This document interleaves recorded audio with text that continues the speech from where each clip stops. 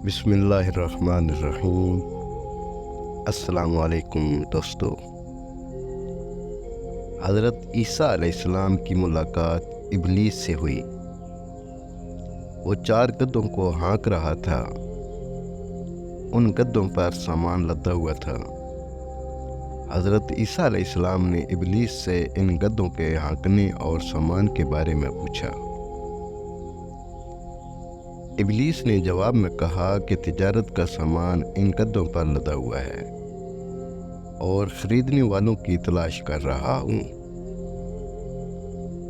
हज़रत ईसा अलैहिस्सलाम ने इसकी बात सुनकर पूछा, पहले गद्दे पर क्या सामान है? इब्लीस ने कहा, जुल्म।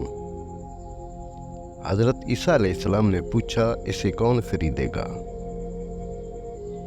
इब्लीस ने कहा, बादशाह। दूसरे गधे के बारे में पूछा कि इस पर क्या लदा हुआ है? इब्लीस ने कहा, हसद। हज़रत ईसा अलैहिस्सलाम ने पूछा, कौन खरीदेगा? शैतान कहने लगा, उलमा। हज़रत ईसा अलैहिस्सलाम ने पूछा, तीसरे गधे पर क्या लाद रखा है? इब्लीस ने कहा, खयानत। हज़रत ईसा अलैहिस्सलाम ने फरमाया, कौन खरीदेगा? शैतान ने कहा, ताजिर। फिर चौथे गधे के बारे में पूछा कि इस पर क्या लाद रखा है?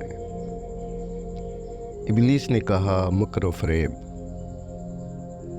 हज़रत ईसा अलैहिस्सलाम ने पूछा, इसे कौन खरीदेगा? शैतान ने कहा, औरतें।